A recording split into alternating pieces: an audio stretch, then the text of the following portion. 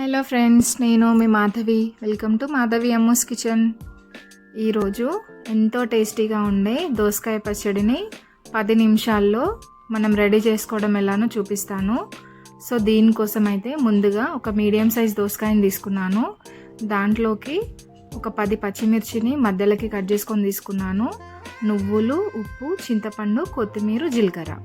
First అయితే ఒక pan పెట్టుకొని దాంట్లో నువ్వులు వేసుకొని నువ్వులు బాగా ఫ్రై అయిన తర్వాత పక్కన తీసి పెట్టుకోవాలి. ఇప్పుడు అదే ప్యాన్లో కొద్దిగంత ఆయిల్ వేసుకొని పచ్చిమిర్చి వేసుకొని బాగా ఫ్రై చేసుకోవాలి. పచ్చిమిర్చి ఫ్రై అయిన తర్వాత వాటిని నువ్వులు దాంట్లో వేసేసుకొని పక్కన పెట్టుకోవాలి. ఇప్పుడు దాంట్లోనే ఇప్పుడు ఆయిల్ ఉంది కదా, ఆయిల్ వేసుకోవాల్సిన అవసరం లేదు. అదే ప్యాన్లో దోసకాయలు వేసి బాగా ఫ్రై చేసుకోవాలి. ఇప్పుడు దాంట్లో కొద్దిగంత చింతపండు వేసుకోవాలి, కొత్తిమీర వేసుకొని ఫ్రై చేయాలి. అది కొంచెం మగ్గిన తర్వాత జీలకర్ర వేసుకోవాలి.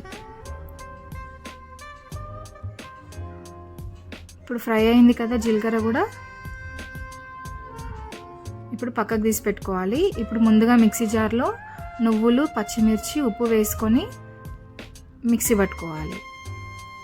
ఇప్పుడు అవి మిక్సీ పట్టుకున్న తర్వాత దోసకాయ ముక్కల్ని వేసుకొని మళ్ళీ మిక్సీ పట్టేసుకోవాలి.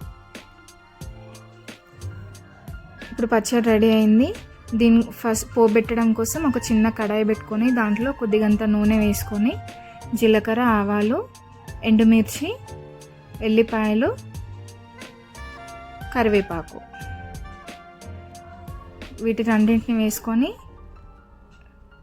స్టవ్ ఆఫ్ చేసుకొని పచ్చడిలోకి వేసేయడమే. అంతే అండి, ఎంతో టేస్టీగా ఉండే దోసకాయ పచ్చడి రెడీ. ఇది 10 మినిట్స్లో రెడీ అయిపోతుంది. మీకు కనుక నా వీడియోస్ నచ్చితే నా ఛానల్ని సబ్స్క్రైబ్ చేసుకోండి, లైక్ చేయండి, షేర్ చేయండి, కమెంట్ చేయండి. Thanks for watching this video.